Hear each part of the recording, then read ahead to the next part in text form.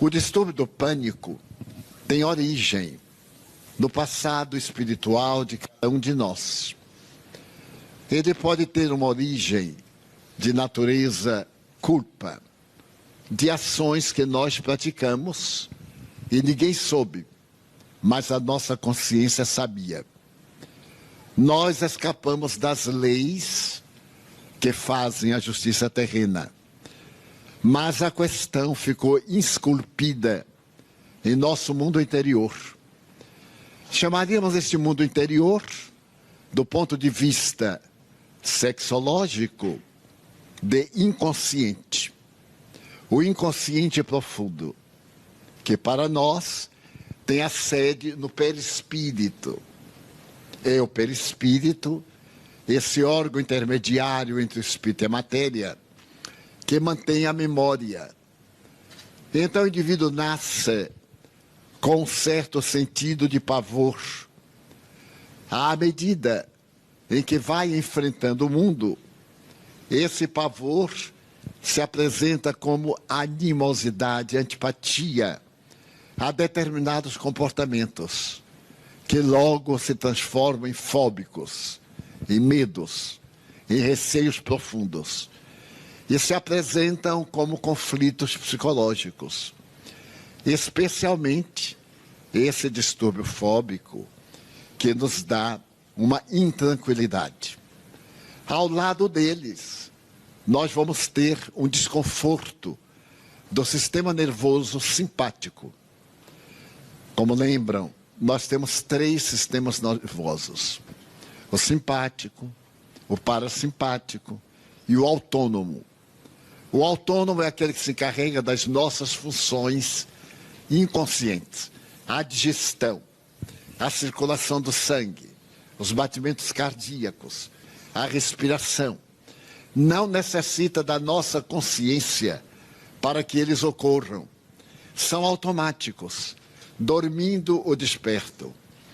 O sistema nervoso simpático se encarrega das funções endocrínicas, das glândulas, a timo, a pineal, a tireoide, a paratireoide, o fígado, que é uma glândula mista, tanto atende às funções internas como às externas. E o parasimpático, que é um auxiliar desse encarregado do funcionamento orgânico. Mas se eu disser alguma coisa que alguém não haja entendido, pode interromper. Estou muito acostumado. Então, nesse sistema autônomo, há uma ansiedade, isto é, uma necessidade de reparar o erro. E essa ansiedade se apresenta sob 2 aspectos: a timidez e o exibicionismo. A timidez, quando nós temos vontade de expressar certos sentimentos e não conseguimos, porque sempre achamos que não vamos ser bem recebidos. No inconsciente, a culpa. Toda vez que nós agimos e a memória reprova os hábitos morais, nasce uma culpa inconsciente. Então ela gera o complexo de inferioridade ou o complexo de superioridade. O de superioridade nós ocultamos na presunção, na exibição, aquele conflito. Jogamos a máscara do que gostaríamos de ser e dentro estamos sofrendo. Então a ansiedade e o conflito de fobia estão muito associados. São, portanto, do espírito. Mas por serem do espírito e estarem em nosso perispírito, as marcas, eles somatizam, exteriorizam-se através do organismo. É como uma ideia, nós fixamos a ideia e daí a pouco o corpo começa a reagir. Como sabem, chamamos somatização. As doenças psicossomáticas são doenças aparentes, porque não tem uma causa microbiana, é uma causa mental. Então a ansiedade, o distúrbio do pânico, terminam por nos levar a um estado permanente de desequilíbrio, porque o sistema nervoso central não funciona com a regularidade. Os nossos neurônios não dão as mensagens com a celeridade que se faz necessária. Estou fazendo entender-me? Quem não entender, pode levantar a mão. Porque já que é uma conversa, vamos conversar. E então, qual a terapia? Necessitamos de assistência psicológica para poder minorar os efeitos.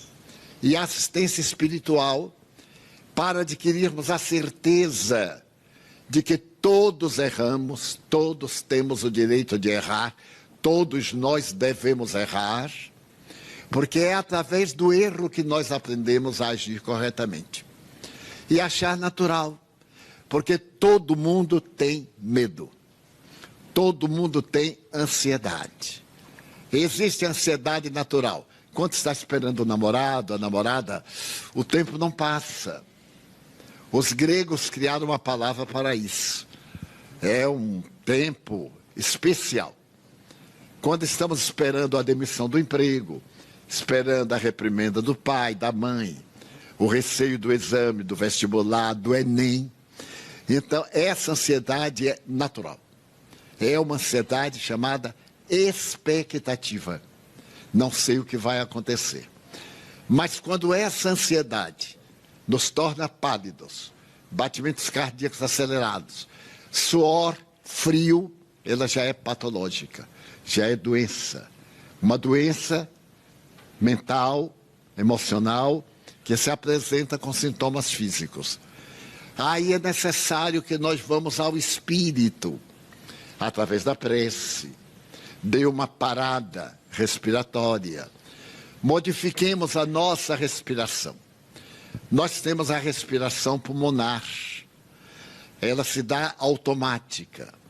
E para controlar esse estado fóbico e ansioso, a respiração diafragmática, em que o diafragma é movimentado. Por exemplo, inspirar com a boca fechada, demoradamente, depois reter um pouco, para poder o oxigênio fazer a limpeza do sangue, transformar o sangue venoso, que vai pelas veias, em arterial, das grandes artérias. E depois expirar bem demorado, para que saiam do pulmão o gás carbônico e as substâncias perniciosas.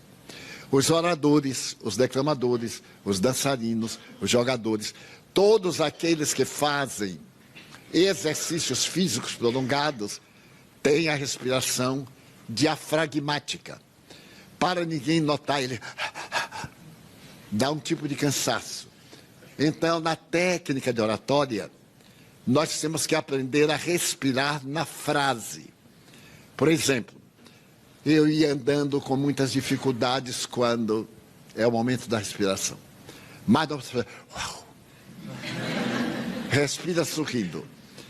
Todo artista que usa da palavra e dos movimentos riem, mas não é riso, é respiração. Está respirando e a gente está crente que está abafando.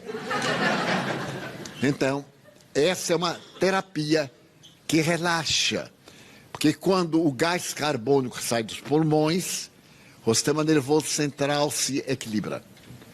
Então, nós podemos fazer. Eu estava escutando a palestra da noite de ontem, quando as pessoas apresentaram certas dificuldades, vírgula, pausa, respira. Então, mas dá para fazer o biquinho. Rindo, o ar naturalmente sai. Daí nós temos a terapia espiritual, a prece, a leitura para nos tranquilizar. Temos a técnica material, respirar, silenciar os nossos movimentos. Então é um problema de origem espiritual, dívidas, que nós guardamos a culpa.